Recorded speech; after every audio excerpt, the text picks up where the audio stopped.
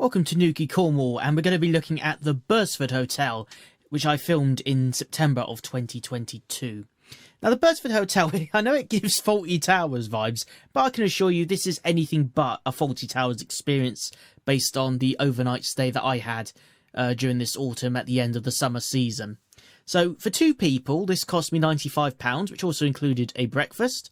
As you can see, very nice check-in area and lobby.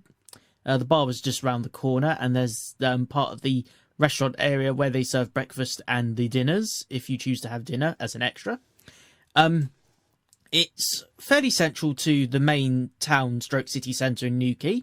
It's about a 10-minute walk from Newquay train station, and you're just across the road from Tolkien Beach. As you can see, that's part of my breakfast from the following morning. Now, I have to admit, some parts of this hotel do kind of look like it hasn't been updated since the 1980s. However, I do like to think that this is part of the charm of this particular hotel. Quite frankly, I think it's very rustic, but nice for the sort of area. I'd recommend this place if you fancy something a little different and don't fancy supporting a chain hotel, which is understandable. The shower and bathroom was nothing fancy or to write home about, but it did the job for this particular stay. And obviously, as you can see, this was a twin room.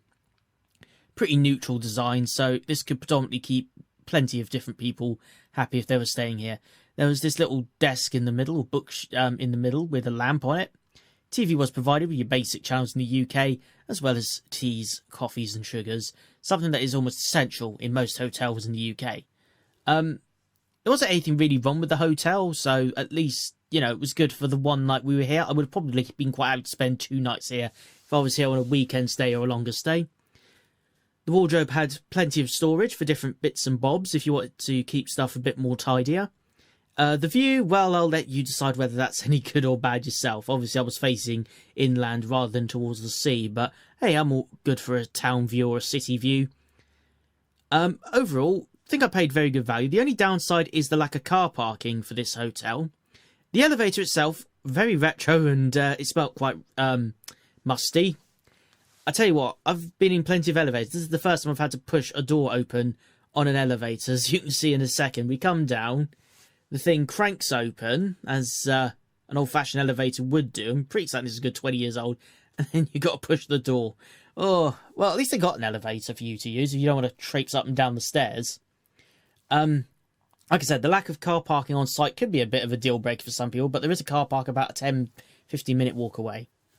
There's Tolkien Beach, which you can easily get to from the hotel, and if you head left, you can literally head straight towards the town centre, city centre. Overall, very decent hotel for the night I stayed. I would quite happily stay there again. It's 15 minutes drive from Newquay Airport, should you wish to use the airport, and I'm going to give this a rather nice 10 out of 15.